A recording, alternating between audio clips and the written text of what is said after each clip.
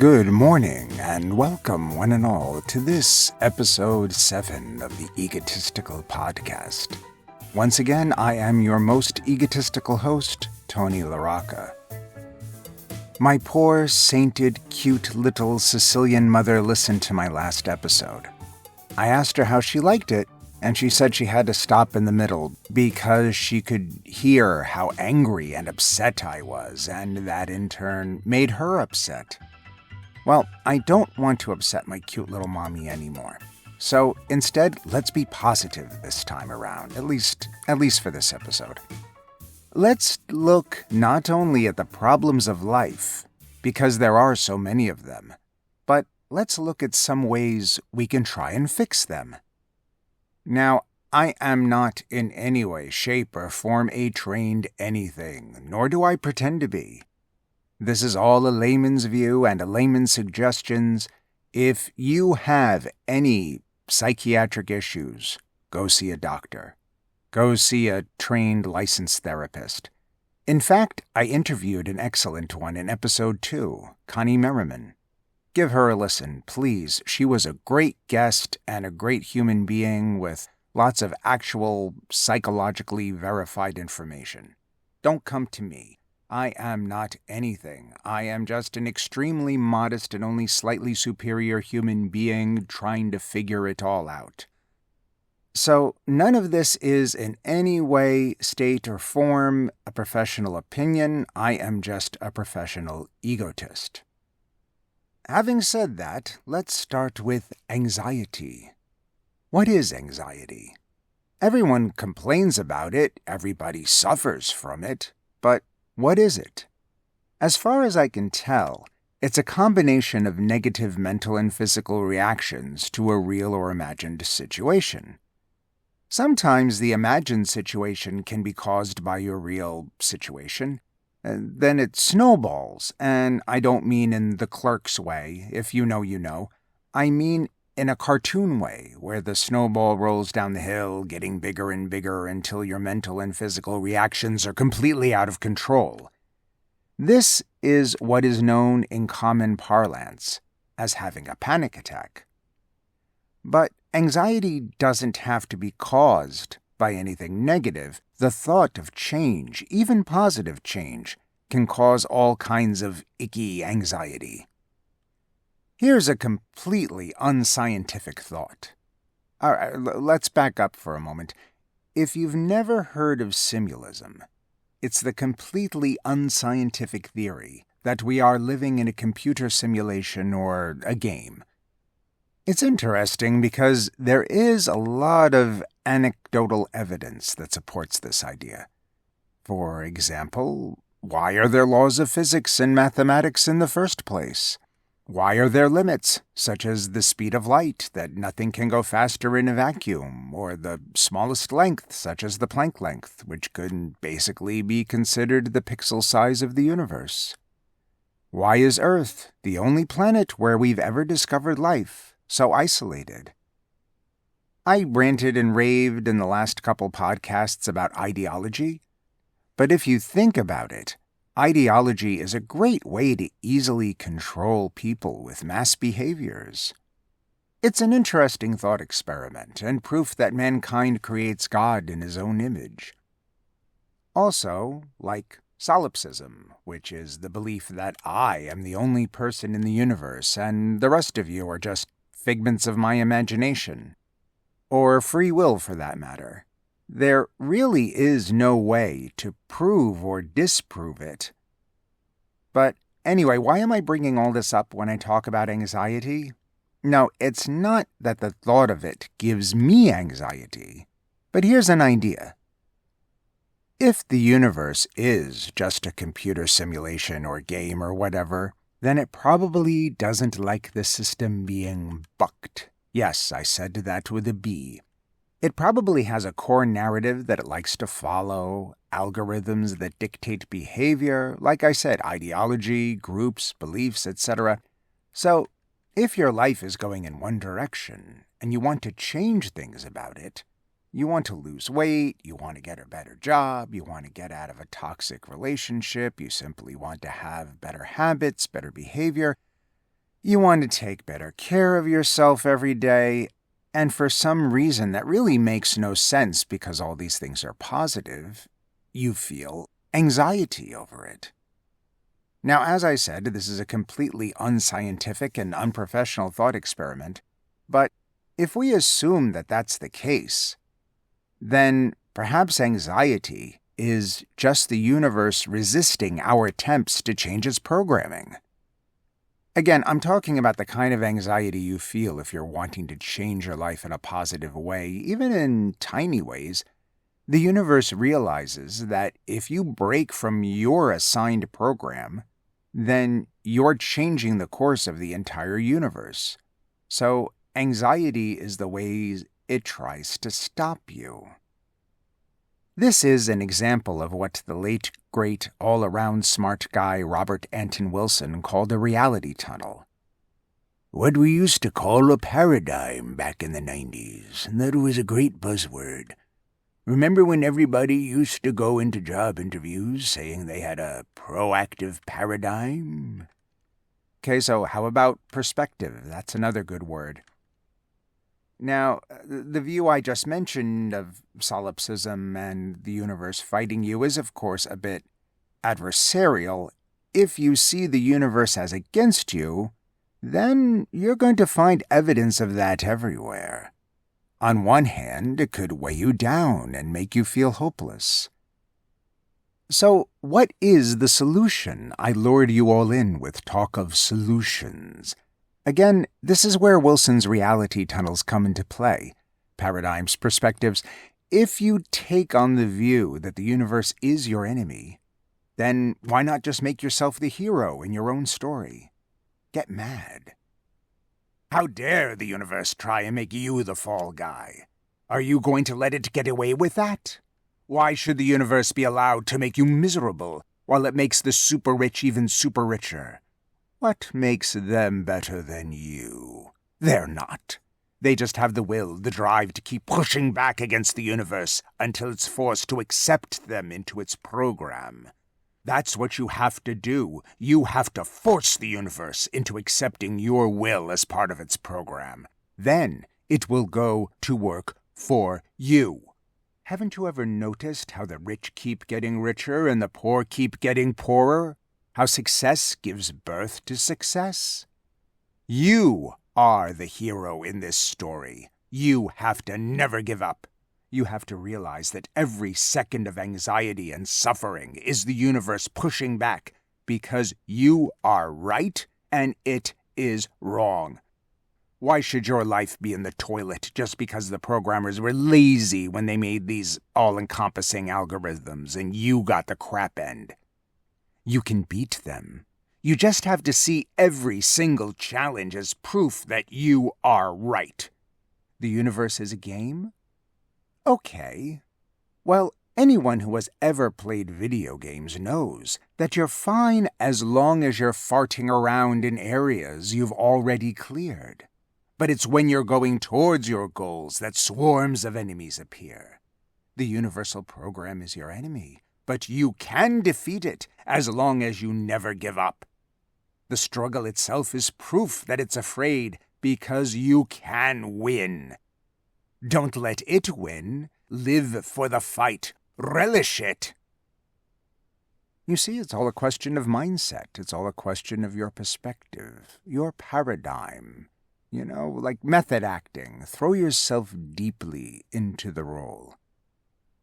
Now, there are some people who have the type of personality that this will work for, and there are others that this won't.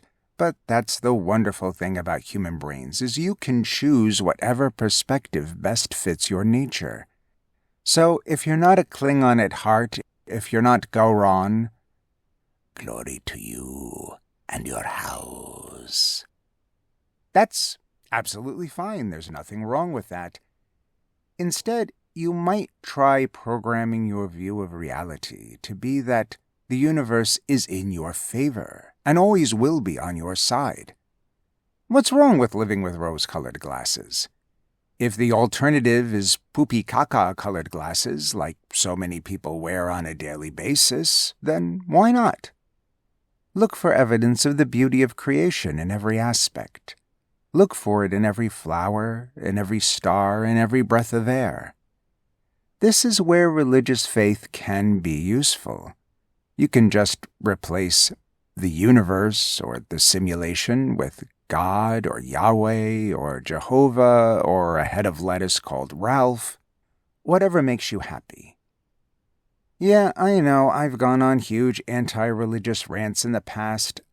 I have no problem with people have religion or faith themselves, or even them spreading the word of whatever they believe, as long as they understand and respect that their religion is theirs and don't force it on anyone else or use it to control laws, politics, or other people. It's like Chong said in the movie Yellowbeard. And who is God's personal representative in this vicinity? I do wonder how many impressions I can get away with in the name of free use, but anyway, if you want to take into your perspective that God truly loves you and that His love is apparent in all things, then you can incorporate that peace and happiness into your everyday life. That might help you overcome your anxiety. You know, something else that works, we have become so goal-oriented. But I think you really have to try and find intrinsic joy in the doing. This is something I personally have come to realize about myself. It's like writing. I can write and write and write, and it's so difficult, and then you get to the goal of it all done. But if the majority of the time is being spent writing and editing, then I have to find happiness. I have to find joy in it. And that extends to other aspects of life. It extends to work if I'm threading pipe or bending something or splicing wires so electricity can flow through. Whatever it is, whatever task I'm doing, I have to try to find some level of joy in the actual doing rather than always looking ahead. Because otherwise, if you're always looking ahead to the future, then that's all you'll ever be doing. And then even things that you should be enjoying, your brain becomes used to looking ahead at the future instead of being happy where it is. So I would say living in the present, a sort of Zen-centered mindfulness. We'll get more into that later, but I think that definitely helps. Another aspect of reality tunnels and perspective that's very important if we want to help heal the world rather than just rant about it on our podcasts is the question of sympathy versus empathy. I don't want to go down the rabbit hole of tragic current events, but I do want to say that there is a difference between sympathy and empathy. Sympathy is just saying, I feel sorry for that person. And that's a good thing, but empathy, however, is the act of trying to understand why that person feels the way they feel, what they're going through. The result is less judgment and more compassion and understanding, which might result in a change of action and even laws. So, while again it's better than nothing, choosing sympathy over empathy isn't just semantics. It's giving oneself the excuse not to be compassionate. The world definitely needs more empathy now if we want to heal it. And I know there's this gut reaction. Well, they want me to have empathy for them, but they've never shown any empathy for me. We've all felt that way, of course. But absolutely, they should also have empathy for you. This goes in all ways and in all directions. But it has to start somewhere. Be the change you want to see in the world. It comes down to what kind of a world do you want. Again, it all has to do with our perspectives, our reality tunnels. Okay, back on track. Anxiety may be caused by Newton's first law of motion, aka cognitive inertia. An object in motion stays in motion, and an object at rest stays at rest unless acted upon by another object. What if our thoughts and beliefs have inertia as well, and anxiety is nothing more than the equal and opposite force against changing them? To me, if you have problems with life, then dealing with them falls into two categories: acceptance or change. You might need a combination of both. It all comes down to the alcoholic's prayer, the one about changing what you can change and accepting what you can't and having the wisdom to hide the bodies. Holy Mary, Mother of God, pray for us sinners so we don't get caught. Amen. Remember how back in 1997 the FTC relaxed its rules on allowing commercials for antidepressants and suddenly there were antidepressant commercials everywhere? It always felt a bit predatory because the commercials would be something like they would have the little missing piece from Shel Silverstein's book of the same name, rolling along, looking all sad and upset, and then all of a sudden he would find his missing piece, which was some sort of psychiatric med, and then he'd feel all better. I'm going to go completely off track again for a minute. If you want some fun, and you grew up with Shel Silverstein as the author of such sweet children's books as The Giving Tree, Where the Sidewalk Ends, The Missing Piece, etc., well, look him up. Seriously, you'll be extremely surprised. He used to be a cartoon for Playboy for a start. Go on YouTube, look up his old songs. He led quite a different life full of sex, drugs, and country music before he became a children's author. I remember being a kid and looking at the back of one of my sainted mother's Johnny Cash albums, and I was like, hey, Shel Silverstein wrote A Boy Named Sue. I don't know, I'm sure that song is considered insensitive these days. So that's my expand your universe advice to you for this week. If you have a sick, twisted sense of humor and a bit of a dirty mind, definitely look up some Shel Silverstein music. Lots of fun, but definitely not meant for the kiddies. Okay, back to the topic at hand, antidepressant commercials. Now, again, my lawyer, which is a holy sock puppet with googly eyes, wants me to stress that I am not trained in any medical, therapeutic, or psychological disciplines. RFK Jr. can go fornicate himself with a flaming cactus. Go see a professional if you're having real problems, etc., etc., etc. So, let's get back to those antidepressant commercials. On one hand, there could be people out there that needed reaching. Maybe they needed help because of those commercials, and maybe those drugs did help them. But real internal perceptual behavioral change or exterior life change can be extremely difficult. But sometimes it's the only answer. And these commercials seem to be promoting drugs as a quick and easy alternative. Again, don't get me wrong, I'm not a professional, and some people absolutely need pharmaceuticals. But more often than not, the real problem is that change needs to occur, and that change can be extremely hard. Sometimes people feel trapped. I guess it comes down to your hierarchy of needs and priorities. You have to accept or change based on which priority is the most important to you. I guess we make these choices every day, we just may do it subconsciously. I keep saying how hard change is, and we all know change is hard, but also looking at it again, reality tunnels, perspectives, paradigms. What if we were able to convince ourselves deeply and completely that change is easy? Is that even possible, or does it just become a redundant Ouroboros snake feeding on itself? I don't know. The change in belief is that change is easy is really actually very hard, onward and onward, etc., spiraling downwards. Who knows? Maybe it's a Zen thing, like I said, but no, that would be the opposite of Zen, because Zen means to just accept everything as perfect as it is, even your emotions and unhappiness. But that's another choice, another way of dealing with things. For some people, though, a Zen perspective just might be the answer. If you're cold, then feel cold. If you're miserable, then feel miserable. Sometimes this has worked for me. I have felt anxiety, and I just accepted it. Okay, I feel anxiety. What is it really? It's a tightening in my chest, thoughts racing in my brain, my heart pounding harder. Yeah, but is it really killing me?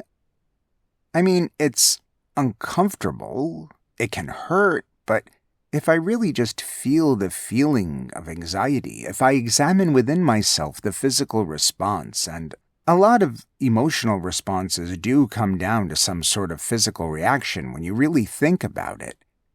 If I focus on it, the negative physical reaction does go away. It's like the Zen saying, if you're cold, then feel cold, be wherever you are, and freedom will appear. So, try it out. Zen might work for some of you. There are so many different perspectives you can try on. You can just try them on like clothes, see what works for you. So, like I was saying, looking back, choosing the belief that change is easy, or any belief for that matter, wouldn't be Zen. That would be the opposite. That would be Stoicism. But like I said, you can choose whichever perspective or multiple perspectives you want. Actually, I have to back up again. That's not exactly true, because you do, from my experience, you do have to stay within your nature. I never really accepted John Locke's theory that we are all purely blank slates. We are blank slates, but within the boundaries of our nature. It goes back to the age-old question of nature versus nurture. I've come to believe that your ability to be nurtured is limitless, but limitless within the confines of your nature. To go back to the computer analogy, every child born is a computer with a blank hard drive, but what it can do is still within the confines of its hardware. And I know this is controversial, but the properties of that hardware are determined by genetics. 2 Commodore 64s having a baby are not going to make a PC. There can be variations. I think it's a close analogy, but it's not exactly perfect. Because the brain does have plasticity. Our subconsciouses, which I guess would be our biosystem, the program of the hardware, can be augmented to some degree. Have you ever noticed within yourself or others how you can hear and hear and hear things and understand them intellectually, but still don't actually get it in your heart? It doesn't click. It has to internalize to become a part of you. This is re-engraving your hardware. It can't be widely done, but it can be done to some extent. That's another fork in the fractal spectrum of the human mind. Accepting yourself, knowing yourself and who you are, and accepting your nature. And if it's something that you really do not like, they say that the first step to change is recognizing it, but recognize it without anger or shame. It's one thing to want to change negative things within yourself and not just accept them, but don't create a negative loop by putting yourself down or insulting yourself over it. That doesn't do anything. That just makes things worse. Let's say that you're someone who's very absent-minded or forgetful. It's the difference between recognizing that and being aware of it and trying to take steps to change your behavior rather than just getting in the negative loop of putting yourself down. I'm so stupid. I'm so stupid. I'm so worthless. I'm so stupid. That's what I really love about the whole view of neurodivergence. Neurodivergence basically says that a lot of the things that we took as defects, such as autism or ADD, are not really defects that can be cured. They are just variations from the norm. That's so much of a healthier view. Again, it all comes down to perspective, reality tunnels, paradigms, points of view, etc., etc., etc., as Yul Brynner once said. A lot of what we feel comes down to perspectives, and perhaps accepting the need to change our lives. This again was my issue with the proliferation of antidepressant, etc. commercials, because sometimes it's our lives, our internal or external lives, that need to be changed, and fixing our problems is hard.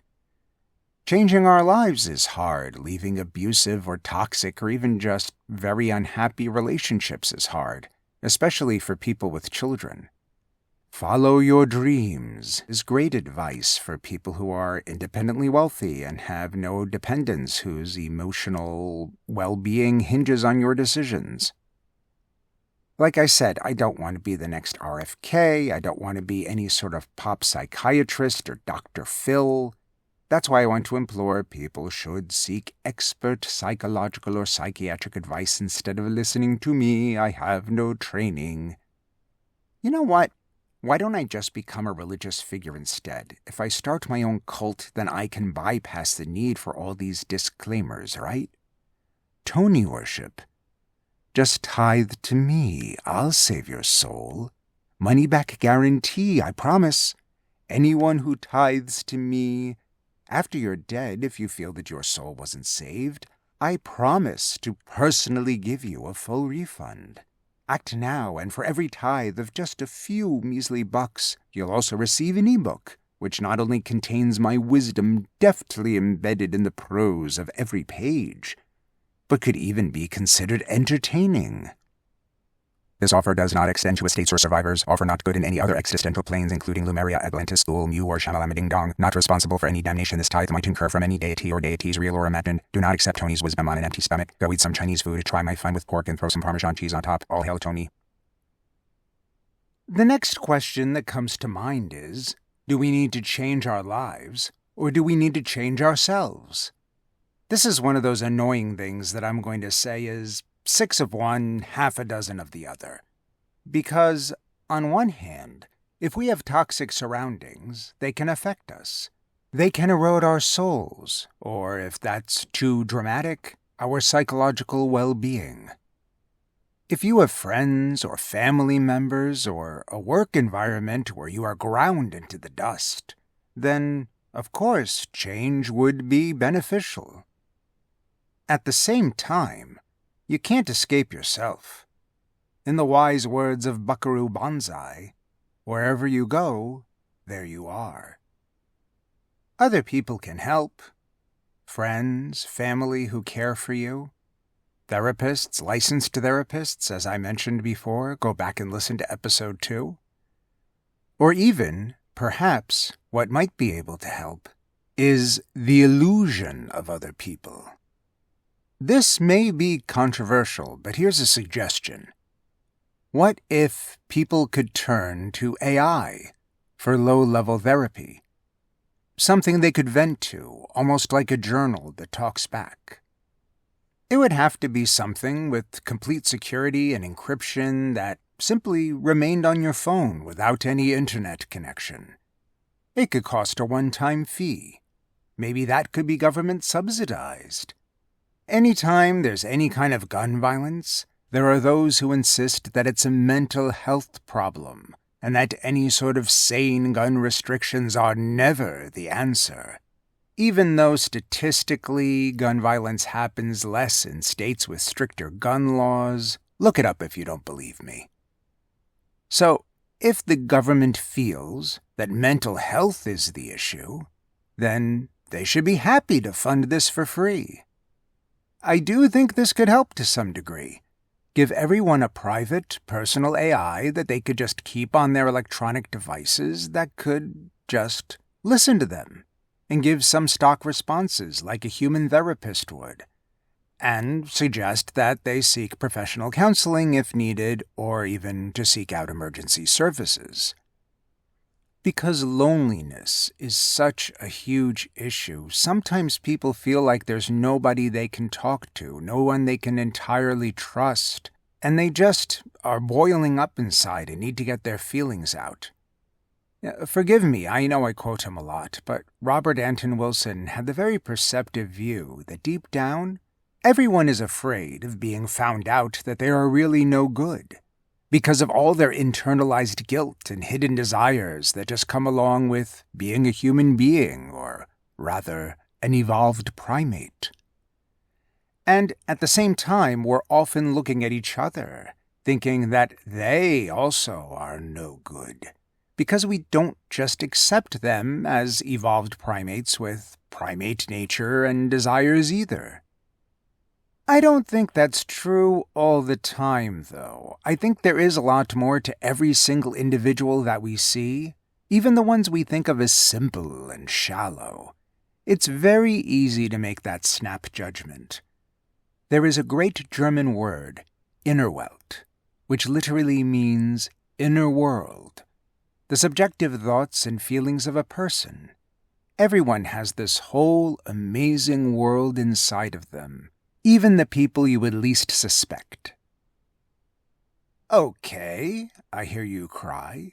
If it's all a question of reality tunnels, paradigm perspective, or whatever, how do I get into it? There are a few ways. I would suggest reading up on method acting. You can try getting your mind used to different perspectives by reading opinions and views opposite to your own, being aware of your own emotional reaction, and then try and look at them from a dispassionate alien or robot point of view. And after you get used to that perspective, try to internalize it. Try to really see that subject from that new point of view. Again, this is an exercise in getting your mind loosened up from its usual perspective. Meditation is another good way to loosen up your mind. Just try taking a mental break. Start with a few minutes a day to clear your mind, to think of absolutely nothing. Just concentrate on your breathing at first. That's good training wheels for meditation. You'll find you can do it after a while. We do live in the information age, and there are many, many resources about it. Another fun exercise is to take one of your own deeply held beliefs and search around you for evidence to the contrary. The point is to make your mind more flexible and more open to different perspectives and reality tunnels. Then you can create whichever one feels best for you. And if it doesn't work, you can discard it and try something else, just like an outfit. Again, it's all a question of perspective, how you see the world, how you feel about the world around you.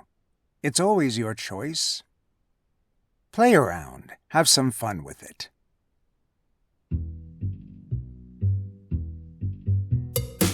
Thank you again for listening to this non-ranting episode of the Egotistical Podcast. I have been your egotistical host, Tony LaRocca. For more information, please visit egotisticalproductions.com. As always, I have lasagna. As good old Jeshua ben Joseph quoted from the book of Leviticus, "Love thy neighbor as thyself." And if love is too much to ask, then, by the many hairy armpits of Vishnu, just treat each other with decency. Bye for now.